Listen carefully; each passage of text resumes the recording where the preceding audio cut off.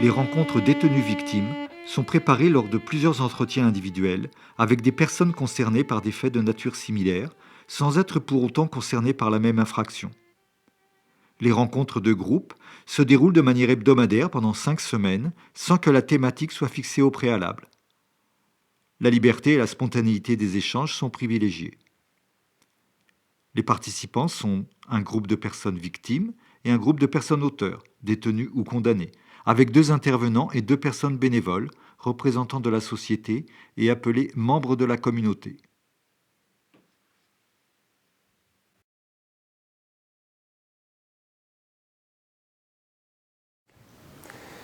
J'ai été violé plusieurs fois au cours de plusieurs périodes de mon enfance jusqu'au début de mon adolescence.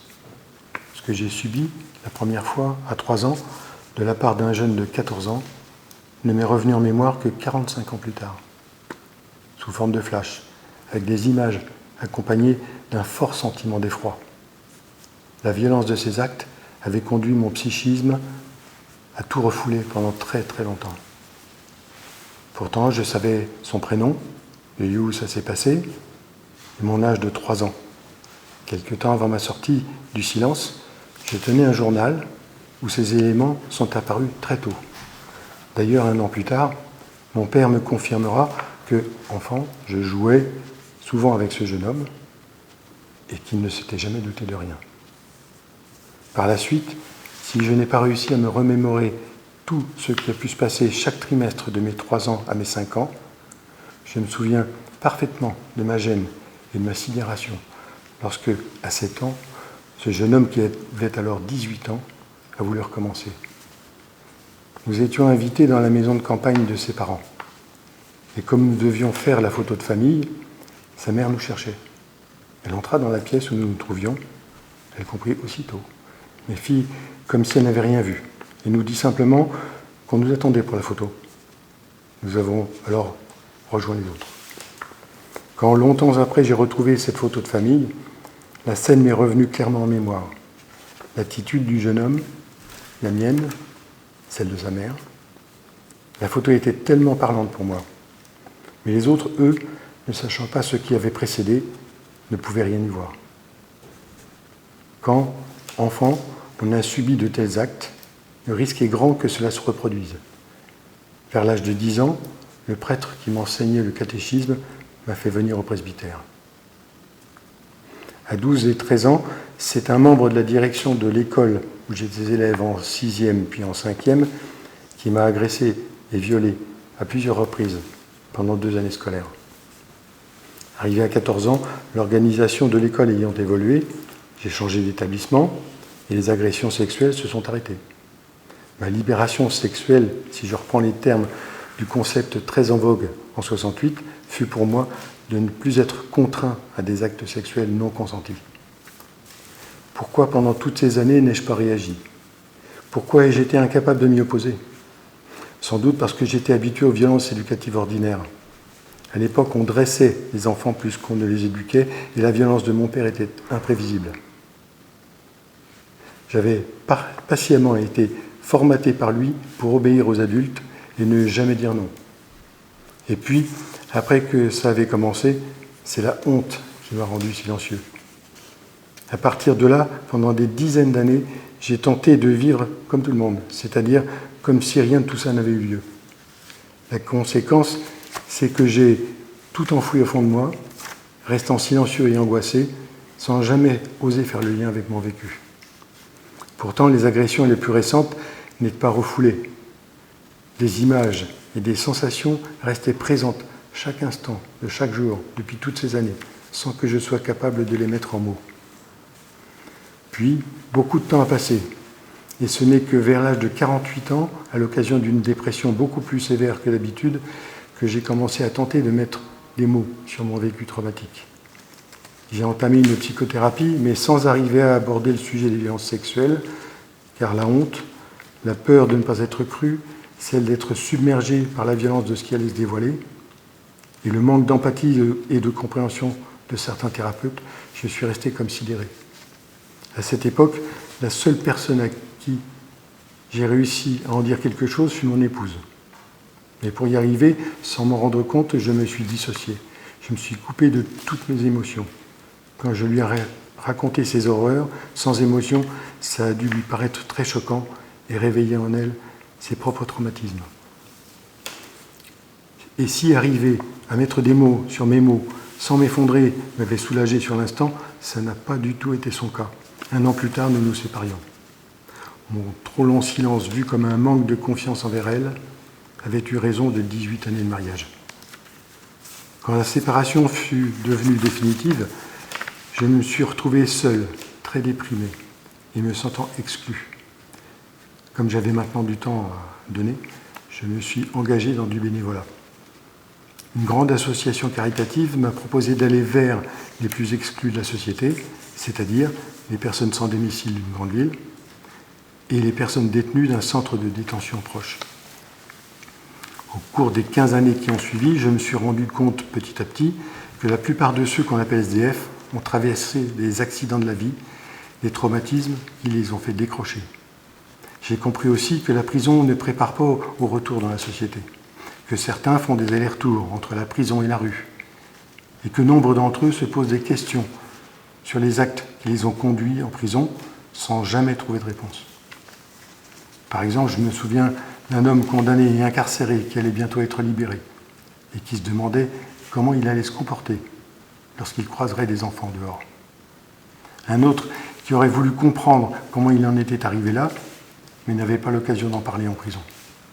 J'ai trouvé dommage que trop peu de moyens soient consacrés à la préparation de la sortie de prison, alors que celle-ci, prévisible, viendra forcément un jour ou l'autre. Bien sûr, tous ne réussiront pas à se sortir de leurs démons, mais ne rien tenter, est-ce vraiment la solution ? À un moment donné, j'ai eu l'occasion de participer à un groupe de parole pour adultes, femmes et hommes, qui avaient vécu l'inceste dans leur enfance. Là, j'ai enfin pu parler des violences subies sans avoir à me dissocier. D'autres venaient de raconter leurs histoires violentes sans que personne ne les ait rejetées, alors moi aussi j'avais le droit de le faire. Par la suite, j'ai co-animé ce groupe de parole pendant 4 ans et ma thérapie a enfin avancé. Pendant ces 4 ans, j'ai remarqué dans la façon qu'avaient ces hommes et ces femmes de raconter leurs histoires que certaines questions restaient toujours sans réponse. Ce sont les questions auxquelles le procès pénal ne répond pas. Pourquoi m'a-t-on infligé ça ? Pourquoi ça m'est arrivé à moi ? Certaines auraient même souhaité rencontrer leur agresseur pour avoir ces réponses. C'est à ce moment-là, un peu avant 2010, que j'ai entendu parler de la justice restaurative. Vivement intéressé, je me suis inscrit à une première formation à Paris, en 2011.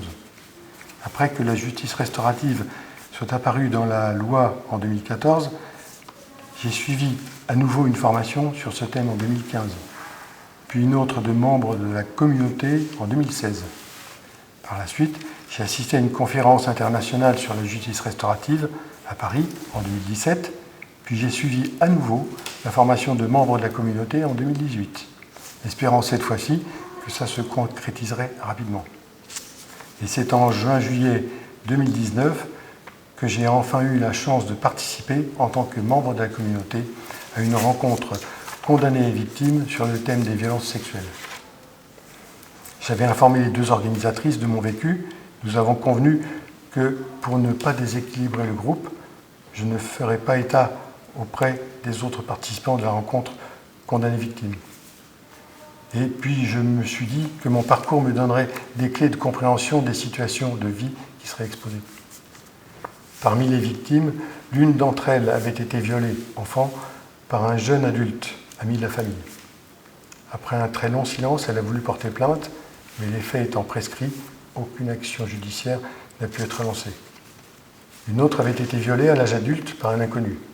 Elle a porté plainte, mais l'auteur n'a pas été retrouvé. Là aussi, la plainte a été classée sans suite.